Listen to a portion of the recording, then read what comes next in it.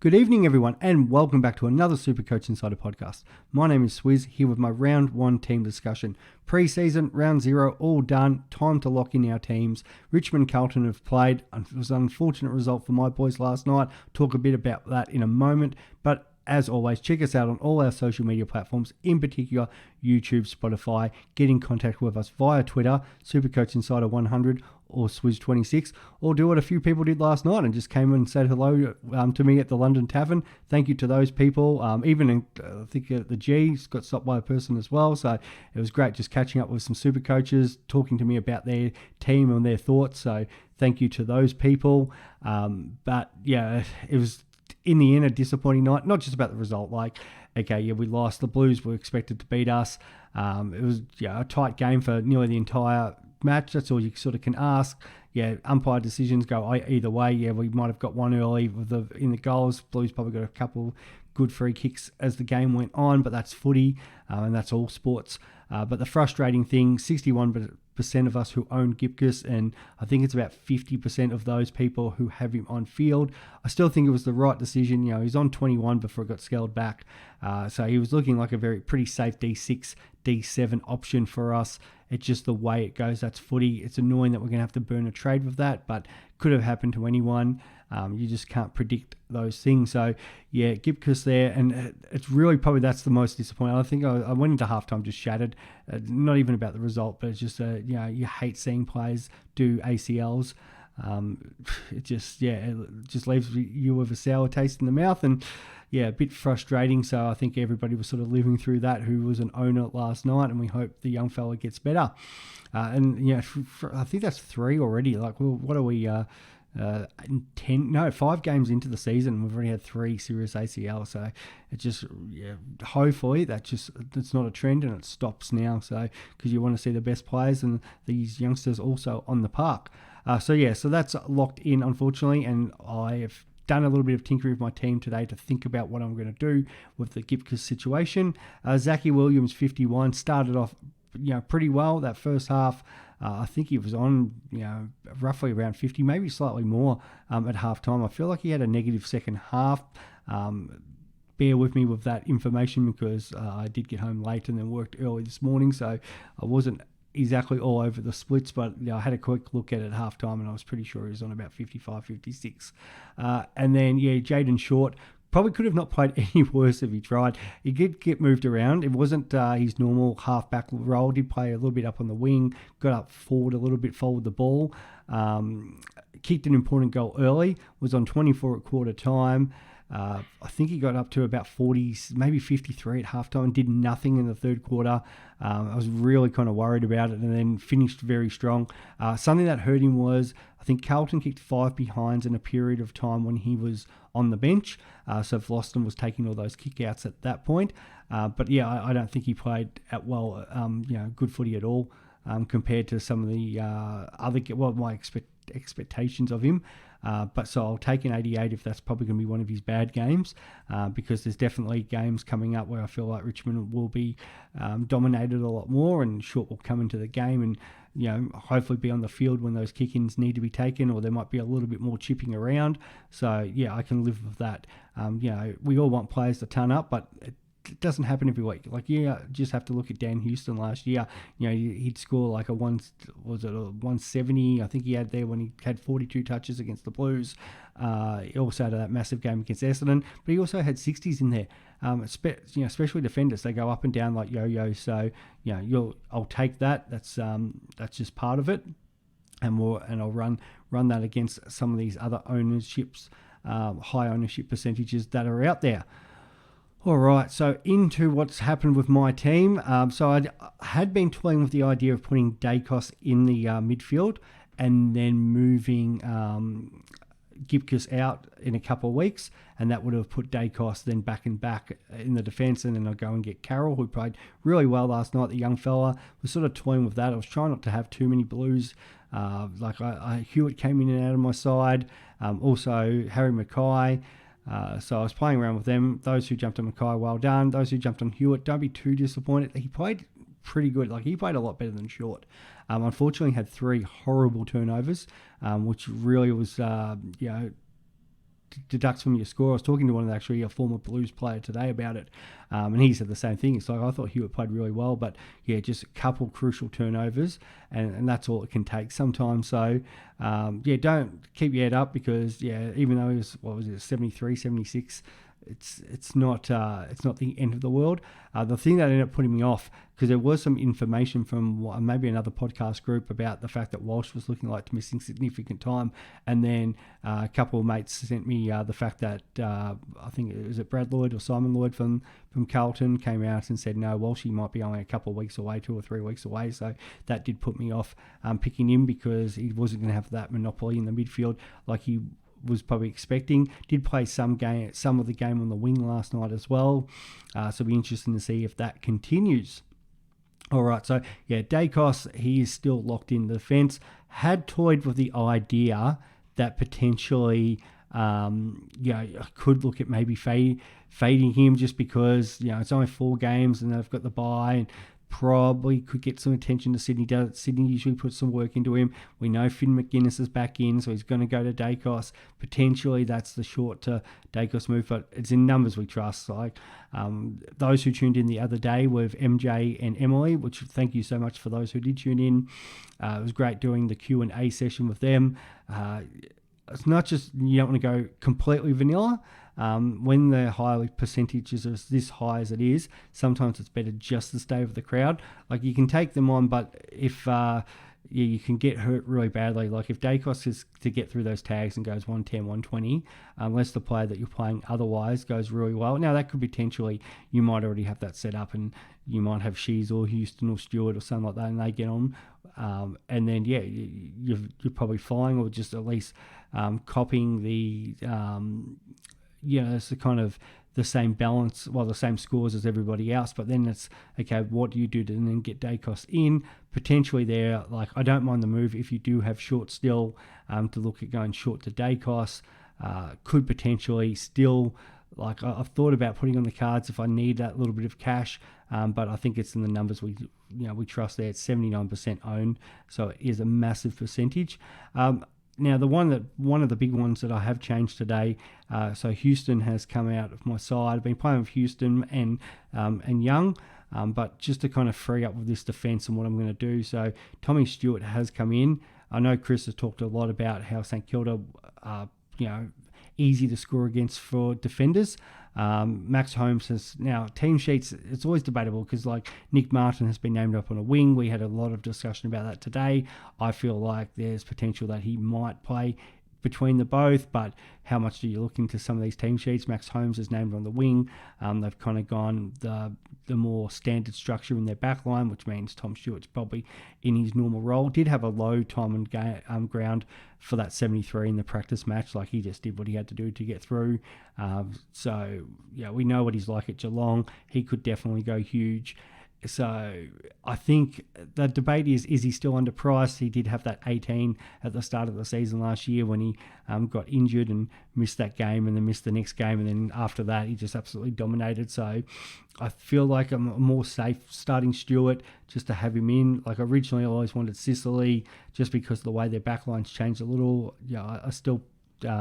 So I've dropped it, obviously dropped off that, and then was debating, like, I really liked the Houston pick, but talking to a couple of Port Adelaide fans, they were actually thinking the easier run might not help Houston as much, so that was kind of interesting. And with 24% owned there, I'm pretty happy with, especially his early Geelong and MCG games. All right, so Jaden Short's in at 3, can't move that, so that's not happening. Zach Williams is in at D4. So not going the 4 main premiums. Zach Williams is going back to D4. Gibcus is in at D5. The one that has changed, and only because he got named last night, and this is Marty Hoare. Now, a little bit for buy structure. I'm not happy the fact that I'm going to have, because we obviously know I'm going to have Howes in the team, the 2 Ds plus the 2 Tigers, because that's 4 from defence, but Gibcus will move out. So I don't want that's one less I have to deal with. It is going to be best 22 for that round, so even if I only have 21 on the field, it's not the end of the world, because it's just another rookie that's not on there. There is still potential that I look at the short move and trading short there. It just depends kind of how short goes in the next like 3 weeks. If he is averaging over 100, then I'll just wear him through the bye and play 21 that week. If it is a case where, Short, there is a bit of this role where he's moving still up the ground and it's more Vlastuin and Daniel Rioli, distributing the ball out of defence, then that all changes for me. So I've got the potential. And that's the other reason I kind of don't want to fade Dacos at the moment, because if Short is going well, I'm not going to want to move him on. But if he isn't, there is other options like Goulden. There's potential there. I can sort of move play on, maybe bring another different player in, maybe even another rookie at the time, and then look at trying to get a midfielder in like Goulden, because he'll be coming off his bye. So there'll be a couple of things I'll be thinking about come that time, but I'm not going to try to plan that far out, because anything could happen in these few weeks. There's a little bit of bye flipping, which I've been looking at for this round and next round. It's a bit easier to plan than sort of what I'm going to do with Short, because we've already seen what happens with that one injury. It's a good reminder that anything could happen at any point, and who's to say any other player might go down, and then you've got to kind of reconsider your options too. So I'll stay with that. And then the other rookies that I have got in, I just mentioned, was Howes, which no surprise there after his great debut last week. And he's absolutely, his ownership has flown through the radar now. It's 47%. And the last one is Reed, Zach Reed from the Bombers, as we've talked about all pre-season, due to the injuries that they've got down there, in particular Ridley. So if I look through the own for defence, Williams 64, Gipkiss is annoying with the 61. Caulfield's the one I don't have.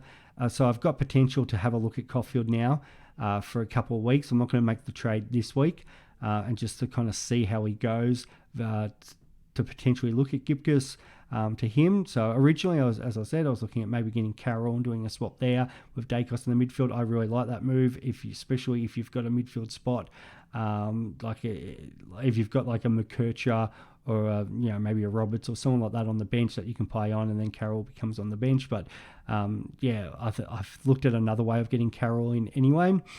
So Caulfield is there. There's plenty of actually defensive rookies that have now put their hand up. Phillips isn't named at the moment, and there, as I said, there could be a couple of slight changes, because the thing you've got to remember with round one, it's a very fluid situation. So I've seen a few people like, yep, I'm lock and loaded, nothing's changing, and that's fine. But you've got to have an eye on some of these teams and the late ins, the sub players, because that will change everything. And that's why I didn't end up doing the video yesterday, because I was like, well, until we know the actual teams, it's useless coming in and then giving you completely different information, because it changed everything with the teams last night. And then I can't ever do the team, talk about my team on a Thursday night, because I'm always at the Richmond-Carlton game. So a couple other ones, just looking through the percentages there. So I faded Sheasel and Young. I'm happy to take them on with Stewart and Short at the moment. Don't mind if you've got the extra premium defender, but that means I've got somebody else, in another position. I think probably the big one, if we go into the cheaper guys, and that's probably where we need to look. So let's have a look at, if it's going to let me do this here, let's go to 230. And hopefully we can look at players down here who have been selected to play. All right, so these are the real percentages we want to talk about. Howes 47, Toby Pink 13.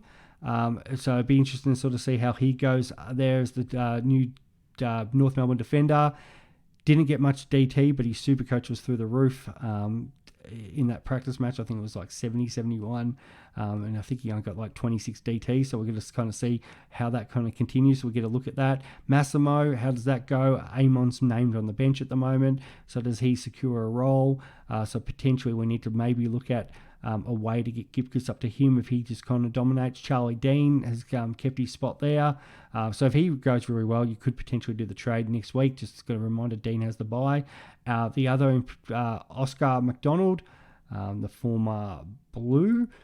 So he's there in 2%, named in the back line for Fremantle. You've got Booty Elland.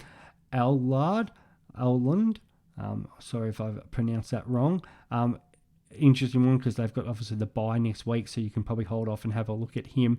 There's a couple of ways you can do that. I'm Dawson, Warner, I think it's Warner out there. So there's a few players that we've got the option to go. So it depends on how deep you want to go in the rookies, but it's a lot of food for thought there, and that's why I think we've got plenty of options to sort of handle this Gipkus situation. I'll actually go down to the rucks next, because this is pretty easy. I have been, the first one is Grundy. Let's just lock him in. 74%. Played absolutely out of his skin last week. We know he's on big money. Apparently it's actually even more money than what was reported. Someone saying Sydney was paying about 900,000, but the Pies are still paying, it might be 8 or 9, but the Pies are still paying 350,000 on top of that. So, he's getting paid a lot of money this season, but if he's going to play like that, I don't think anyone's got any arguments. I've gone off Naismith. Obviously, he's not there because he would have been locked in. If you kept him, that's fine. But Nankervis was nearly our best player last night, probably behind Bolter. So, you're relying on that injury. I don't see Naismith coming in and playing forward. I think that's just the case. It's either one or the other. So Livingston is in my team as the rookie. He's the better loophole than Marley. I don't mind people who are looking at this Barnett guy from West Coast. There's been a lot of messages about him saying he could potentially come in, Harry Barnett, as a key defender or something like that. Has already been in the system, so potentially is one to consider.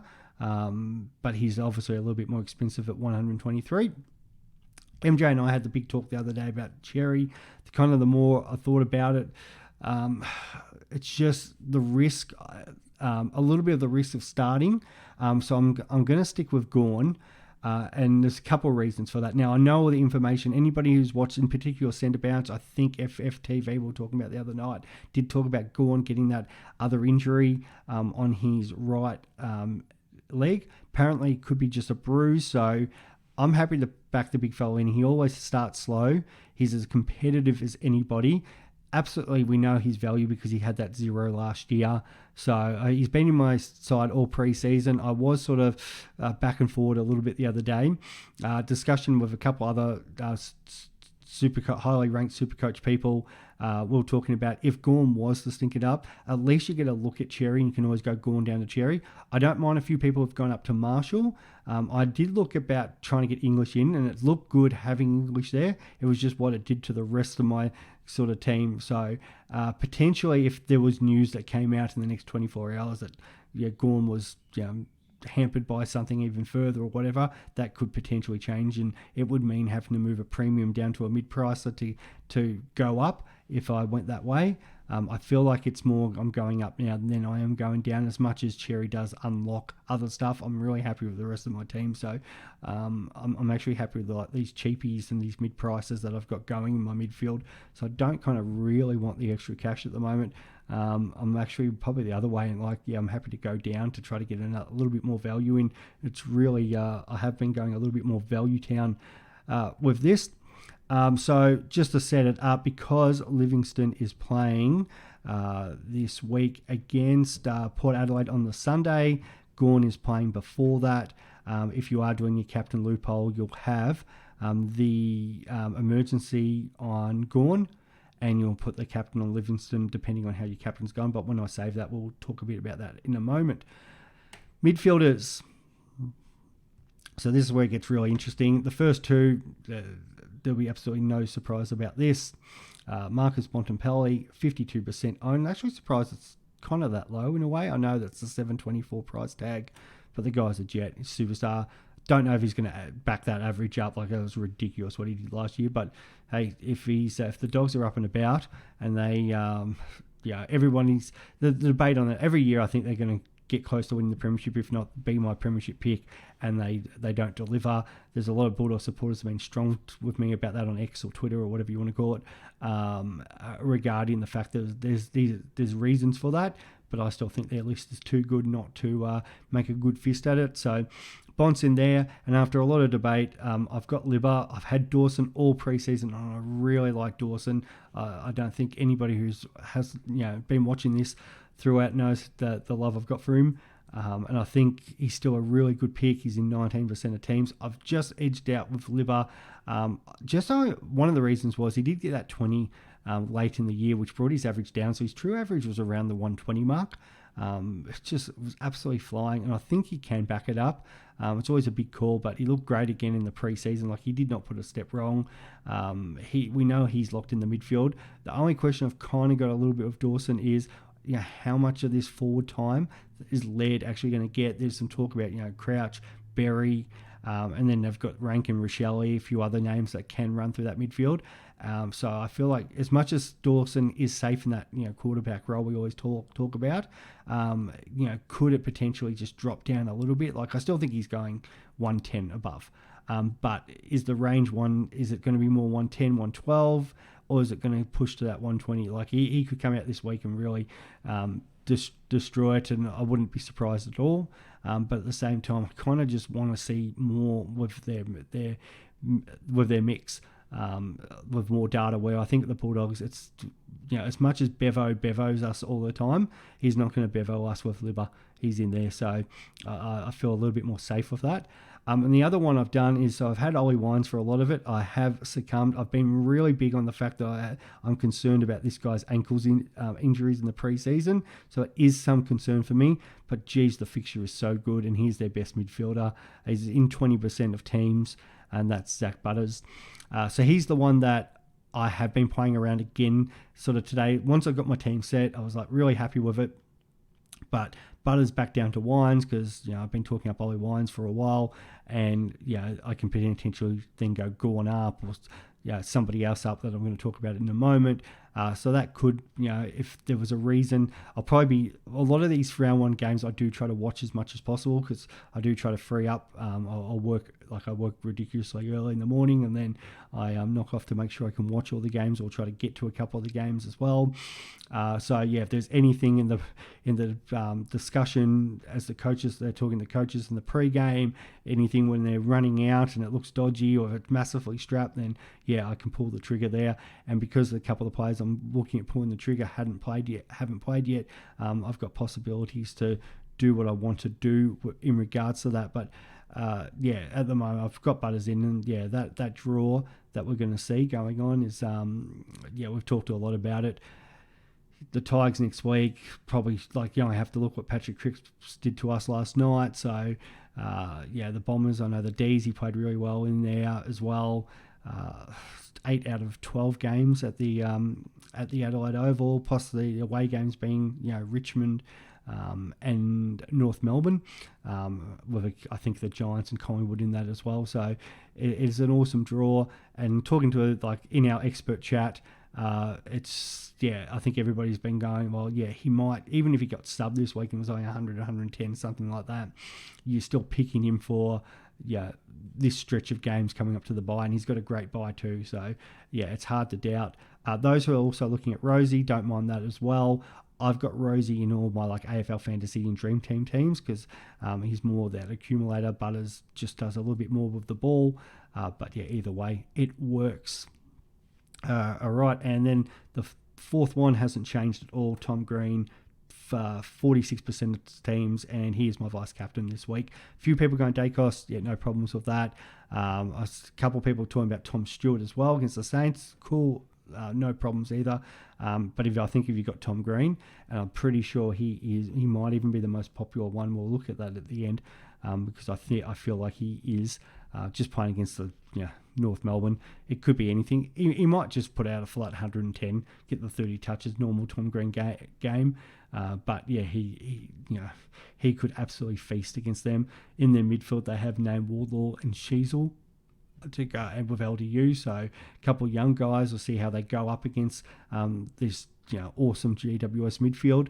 But Briggsy giving first use to Green, he could be on. So I'm going to back that in.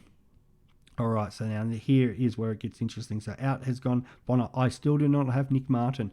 I had a long chat about Nick Martin today with some people. A lot of people are thinking, yes, because he's been trained up in the defence, he still should be locked there. Don't ignore the teams. I've had a couple other people talk to me about the opposite going. The Bombers were so worried about what happened in a couple of games last year, in particular Anzac Day.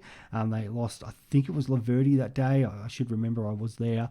And then they had to try to fill him. And then by doing that, I think it was Langford that they took out to fill that hole.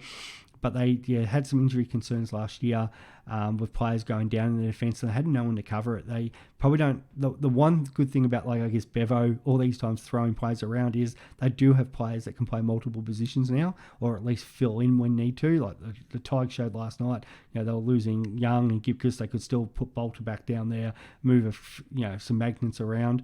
And quite a few teams do that. I think Essendon, and I said this to my good friend Joe from Centre Bounce, you do have a lot of positive Essendon supporters, but a couple of things that you don't have, and it's probably the flexibility with some of your players. I think with a lot of these players, outside a couple of the half-backs and wings, where they're going to be playing. And now also with Parrish out this week, I feel like Martin might be up around the ball a little bit more. Now, that could work really well for him. We know how good of a player he is. There is some talk that Finn McGuinness may even go to him. So that'll be interesting, because you'd think that the normal would be Zach Merritt, because Zach Merritt would just rack it up. But maybe they see Martin as being a little bit more dangerous. So I feel like there'll be some games where he will be playing half back, and he might still get that defensive status early. Now he could actually have to move up on the wing, especially because they're playing McGrath, Kelly. They've got all the Mackay we knew about. So Redmond, and that's without your Ridley at the moment. So there's a lot of defenders that they're trying to fit in there and mix in there. It'll be interesting to see what his actual split is this week. So I feel like he'll still get defender status. I'm sure he'll play enough down there, but just had enough concerns to go, well, as much as I could probably go the couple cheaper options in Wines and Martin, who I've been playing around with, Jack Steele, those sort of guys, I've sort of gone, okay, I'm going to pay up for the big guys, and then I'm going to go cheaper. Now, this is a bit of a make and break. I know my good friend, the Supercoach Godfather, has been spruiking this guy. Abdul is all over him. He's only 9% of teams, but that is Riley Bonner. Probably not allowed to sort of have the freedom that he did at at Port Adelaide before crossing over. We know Sinclair's missing for 1 week. We've talked about Webster being out for 7. I've had Wanganeen Malira in there. I even wrote in my Herald Sun article the other day about Wanganeen Malira, but I also talked about Bonner. And I feel like if they let him run loose, he could definitely do some good damage for us early and get that price up. It was sort of between him and Jordan. So Jordan's come out, Bonner's come in. And one of the other reasons for that as well is, as much as I love Jordan's role, he's playing midfield at the moment, it's just his early buy, and it's just too many Sydney players. So I was kind of looking for somebody who that same price. Like if you look at Bonner's scores last year, there was a couple of interesting ones, like 3 at 26, which is like sub-affected, but in games where he actually got a fair go at it, 84, 75, 69, 62, and he probably didn't play as many games as we would have liked, but that was just because of Port Adelaide. But the year before, he started the season 90, 96, 59, 124. He had a 77, 80, 94, a 118, 111, and 85. So when he's in that role, he's a guy, he averaged 76 that year. And that's only 2 seasons ago, and that includes a couple of sub-affected scores as well. So true average was well over 80. There is a player here who potentially, if Ross Lyon's going to back him in, and I think that's how St Kilda are going to play this year, put a bit of speed on the ball. I think Sinclair is going to play a bit more midfield now that they've got Bonner. They've got Wanganeen Malira, who's developing really well down there. So I think he could get up to a fast start. I'm just going to back him up against Jordan just because Jordan's got that buy, and it's going to leave me with a little bit more problems if I have him in.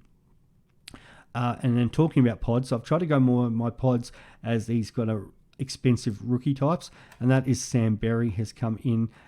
Looked so good in the preseason. The coach has come out and said, yes, he is the 4th cog in our team for that midfield. We know it's Dawson, Laird, Crouch, and then it is Berry. Didn't get really the opportunity we wanted last year through injuries. Started with a 50, 58, 45 and was looking more, playing a bit more half forward. So that is the worry if he kind of returns to more that half forward role and spends more time down there than what we need.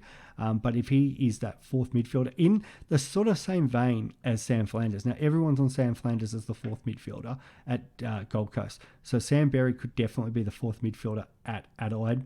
226, so I think it's worth the risk. It's practically the same price as McKercher. And this guy's obviously been in the system a little bit longer. He's still a young fella. So a couple of people are like, oh, but he's had his opportunities. Well, 2021 was his first season. So you're not expecting massive there. And then 2022 had that average of 86.9. He even had a ceiling of 140, which is awesome. So 1, 2, 3, 4, 5 scores over 90. If he can even get close back to that, he's going to make serious cash, and kind of like him a bit over a couple other guys. I nearly thought about dropping McKercher for him, but I've managed to find a way to keep both of them in. So next one is McKercher, and I probably can just go to the ownership here because he'll come straight up. So McKercher's in 64%. Can understand why a few people might have got scared off because he's been named at half forward. I still think he'll get some opportunities, a bit like Sheasel, like he'll be moved around a little bit early, but he's such a good player, great user by foot. So I feel like might even start half forward, might go to the midfield, might spend good periods of time down at the half back line as well. North Melbourne, they've had their injury concerns as well with people. So I think he might have to fill some gaps, but he's just such a good accumulator and user by foot. I'm happy to have him in there. Riley Sanders, 75%. Anybody who watched this kid, not only last year in the under-18s, but what he did in the preseason, again, it should be 100%. The kid's an absolute jet. Right, next is, and surprised he's not on that screen, but we'll scroll down. Matty Roberts looked brilliant last week. If he keeps that defender role, he's going to get defender status, and that'll be a handy little link for us too. So I don't really need to mention some of these guys we've been talking about all preseason. Darcy Wilson is in my midfield. And the reason for that is because I want that loophole.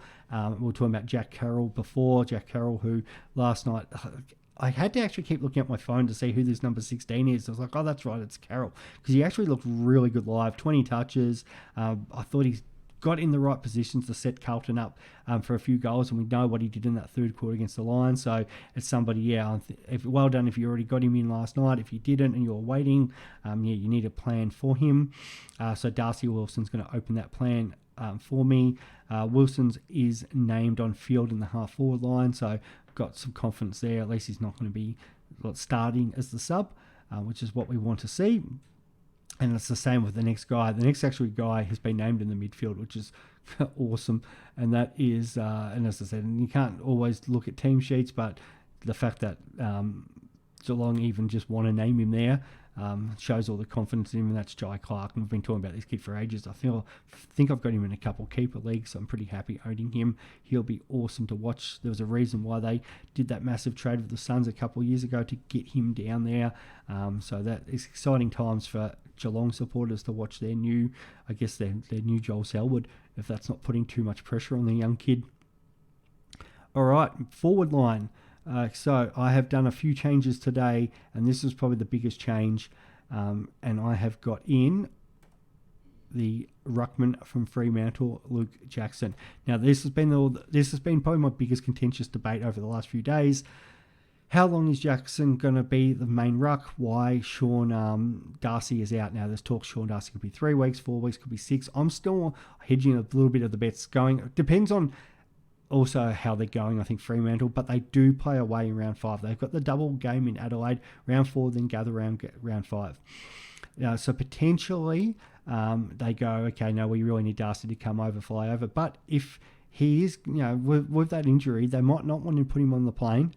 It's sitting around the airport, then he's got to fly over, staying in hotels, that sort of stuff. So potentially they wait and leave him for the derby. And then it's also, playing the derby, it's such a big game over there. So I feel like they want him right to go for that because it'd be so embarrassing if Fremantle lost to West Coast. And that's no disrespect for West Coast. Your supporters should know where you are at the moment. But obviously, if there's one game you want to win, it'll be that. It's no different if you're, Liverpool, Man U, or Man City, or any other big rival you want to throw at me in the world. That's massive for the Western Australians. So I feel like they try to get Darcy up for that.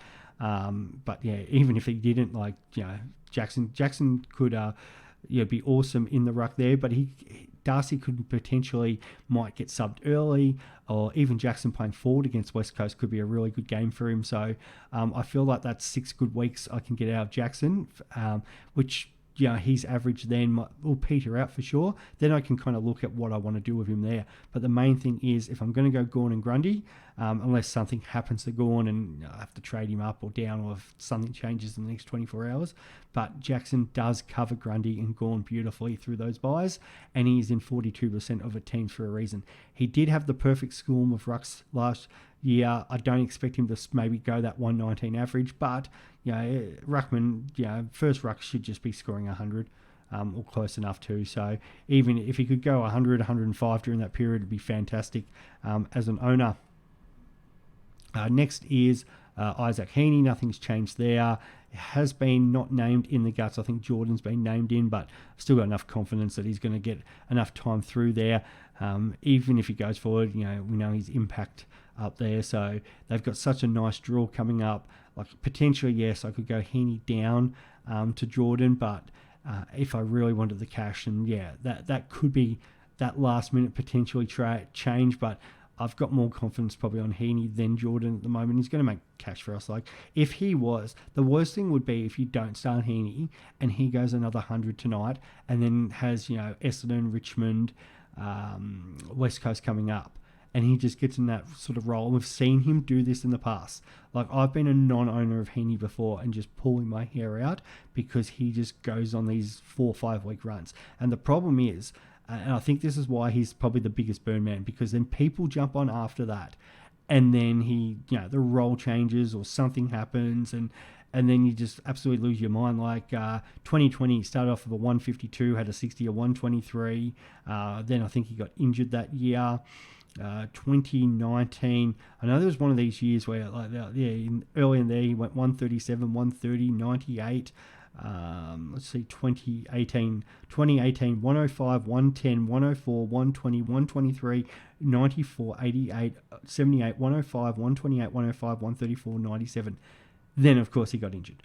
So he goes, yes, he will pull your hair out. So I would rather just start him, and then, by the time he gets his bye, if he's still going great, then I can probably wear him through his bye. If he's not, he's the one that I find really easy to get to Flanders, and then I get a more data around how Flanders is going to be used. I feel like Heaney can match Flanders over this period just because of his fixture. So happy with that. He's staying in. Zach Fisher, say no more. He's playing Aaron Hall / Zeeble. Why is this guy only in 38% of time? Maybe you are worried about the injury.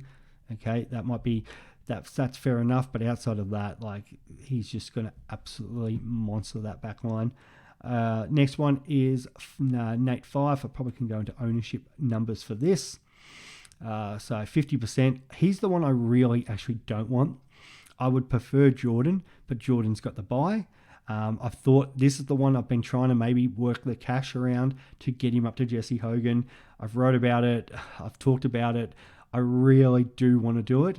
But the thing that's just put me off, 90 seconds ago in that Collingwood GWS game, he hyperextended his knee, and then the game was so close, so he just went up into the goal square, and then he didn't move from there.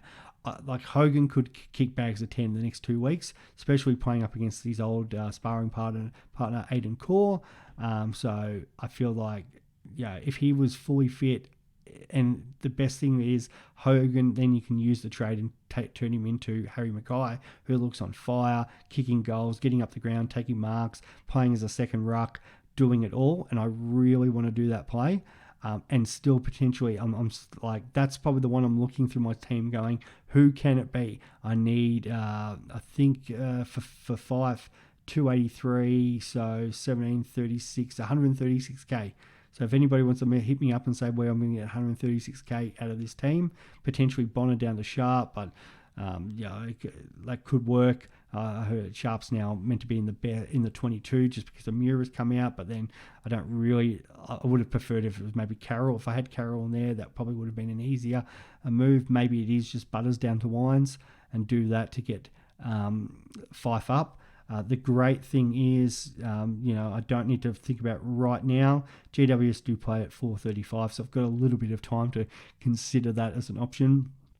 But I think that's the move I could potentially do. The hard thing is, do I really want to be taking Fife on with 50% ownership for a guy who is named in the guts He had the 26 touches the other day in the preseason match.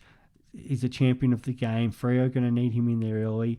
Hayden Young, a few people were worried about him being named as, on that extended bench, but no, he'll be fine. He'll be named. He's actually part of the interchange now, made the finals squad as expected. And there's always a midfielder that comes from the bench. So he'll come on. Fife will have his rest. Fife might spend some time forward. That's fine. But I feel like Fife will play enough midfield time to be relevant. It's just the, do I want to make that big move? But then if I'm doing that move into Hogan, there's no guarantees it does actually pay off. And then I am forced into that trade with Harry Mackay, which I don't mind because Mackay is absolutely on fire. It's only, it's not a huge stat number in the possessions, 13, but it's the 6 marks, the 3 goals. The big one is actually the 7 tackles he had last night, which was really impressive. But is he going to keep those numbers up? Mackay, well, he's got North Melbourne, Fremantle. He turned up against both of them last year.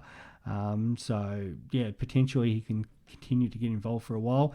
It might also, I was trying to look at what his sort of break even, we talked about Tex, I think, a couple of years ago. Somebody mentioned the idea of, I think it was Travis Cloak, many moons ago. I think that's who the talk was about. Was I think the winner that year got on, might have been 10, 12 years ago now. Got him on early, went sort of 5-6 weeks getting 100 as a key forward, and then petered out after that, but it was all right because they'd already made up to 600,000 and you could trade them to anyone. I was nearly getting those vibes with Lynch last night because obviously he was dominant early. Yes, a little bit of umpire assisted that, but at the same time he still was dominant in kicking goals. And what's Lynch's price? 287. But it's kind of as the game wore on, he faded where Mackay just kept getting stronger and stronger. So that's probably the one change that I could still make. As I said, it's a fluid situation in round 1, and you should be open to potential moves depending on what sort of news you have. Doesn't mean you burn your entire team. It's you probably should have 26 to 28 players locked in, and there's just a couple of options that you can cite. And that's pretty well been me for the last 3 days. I've had pretty well 20. I think I said to the guys I had 24 locked in on Wednesday. And pretty well the whole week I had 24, and then from there it was sort of just these 6 sort of players that have been moving, which is your Stewart with Houston, Sheasel, Young, been moving around with Butters. Butters has become Dawson's, become Wines, back and forward there, and then a couple of those other like your Jordans and your Fifes, but pretty well everyone else, the rookies, all that, pretty confident, and you've done enough research, and that should be of the community. You've done your research. You should know who you want to pick there. So back yourself. Don't go out changing everything. But there's nothing wrong with a couple of changes. Harley Reid, 80% named in the midfield. Again, should be 100%. I don't know why. Same with this guy, Alex Sexton. We've talked about this. Rookie price playing defence. It's just an absolute godsend for us. So there's 37% of people who probably aren't winning Supercoach this year. That's fine. And you play it in your own way. This one will depend on, actually, I'll go Cadman first. So these are 2 different reasons for this. So Cadman is obviously playing North Melbourne and GW playing West Coast the following week. Young fella had, not a bad start from him last week. Against the Pies, I think that's about as much as I was going to sort of ask for a kid in his second year. The number 1 draft pick, 55 points from probably not a really huge stat line. Kicked a couple goals, hoping he gets more involved this week and makes a little bit of cash. But he's the one now I'm looking to get to Carroll. So Cadman gets the opportunity to show what he can do against North Melbourne, then West Coast. Darcy Wilson then comes into the forward line. Carroll comes into my midfield. Problem solved. So that's what I like about that. Now, the next one, I've looked at Burgess, Buku, Karmas. There's plenty of forwards, and I might even put up the list in a second. But this guy has been named Tom Mitchell. They've said rested, but he has been dropped. He's in 14% of teams. Finlay McRae, moment he was named, and he came back into my side. Didn't have the best preseason, but we know it's all the media is this kid's got to get game time. They've got to play him. The only worry is I look at that interchange bench. It's Cox, Markov, Hoskin, Elliott, Hill, McRae. If McRae is named sub, then he's back out. And I'll go one of these other options that I'll put up in a second. If he isn't named sub and he's part of the interchange bench, then I'm happy to go ride on him. It could be fool's gold again, especially with Mitchell sitting there in the wings. But yeah, I think they know what he can do. Came in and played that last game last season, but he's we've sort of been just waiting for it, and I feel like they've just got to get him in. He's like their next young midfielder. And we've got to see what he can actually do. We've given the proper opportunity in there playing in the midfield. So it did not do didn't do the best through the preseason, and that's a little bit concerning. But at the same time, I feel like if they give him a proper opportunity, he might be able to show something. But yeah, that game against Richmond in the preseason wasn't like knocking down the door, so could potentially be a little worried there. If I have a look at these other forward options, just to show that what I'm considering, if it isn't Finlay McRae, and there are plenty of them. So I could technically put Wilson back in and get Sharp in the midfield, but then that mucks up my options to get Carroll in. So I don't think I'm going to do that. Let's go selected to play, highest percentages, and get that. There's 26 players in this price range. So the ones I don't have, Windsor, Dersma, Lazaro. I don't mind if you've got Windsor and Lazaro. I just think it's a little bit more expensive than what I was willing to pay. I was sort of playing around with Hustwaite more from that price range. Windsor was fine last week. Just worried about a couple of those Melbourne players that will be coming back in. Yeah, I feel like you'll be probably better on the wider, the wider grounds. Because obviously struggled a little bit there up in Sydney last week. 180k. I personally prefer him a little bit more than Lazaro. He's playing wing, but a few of the guys are pretty hot on Lazaro. Lazaro is named on the bench and in that 5th spot, so potentially Lazaro is the is the sub as well. So a little bit concerned there. Geelong have said Manners, making his debut, but it's probably likely to be sub. If it's not, then there's potential there. I'll look at him. So if McRae is sub, I'll probably put Manor in and then wait to see if he's named sub or not. Otherwise, I'll look at one of these other options. And those options are, now Seth Campbell played last night. I wasn't really big on him. The two that I really do like is Chris Burgess or Buku Kamas. I've been a lot more hotter on Kamas. Burgess, just because he's coming in because now Thilthorpe has that injury, and he's probably going to be the one, even with Gallant in there, might jump up and play second ruck behind Riley O'Brien. They've got no Tex this week. It'd be great if he could get on the end of a few and kick a few goals. And if he does that, he could easily get a 50-60 and potentially be the one that cements his place in there for a while. So I think it's him versus Gallant for that spot. We'll just sort of see what happens, because it's great that the fact that both were named, because obviously Tex is going to come back in and replace one of them. I would have been a bit more worried if it was just Burgess by himself. And the other one, and I've been pretty hot on this guy for a little while, and it's Buku Kamas with the move down to the back line, just because they don't really have anyone else. So he's got to play there. The scoring might not be awesome, but I think, as the guy that's going to become my F8, I'd probably be happy with that, because I feel like he's going to get enough time to get the dual position, and then he might open up some options, especially when Fisher and Sexton are going to get dual position. Potentially Kamas goes into my back line, replaces one of those guys, and then I can move a Fisher or Sexton back there to cover players if I need to. So it's sort of one, and that's why I'm saying a fluid situation, one after the other, and I'll just sort of watch those games and change my teams accordingly. I know sometimes for people it's a lot of footy to watch and you might not have the time to do it, but at the same time, if you're only playing for leagues, it's a completely different story. If you are trying to play for overall and make a really good fist of that, you need to be all over for that.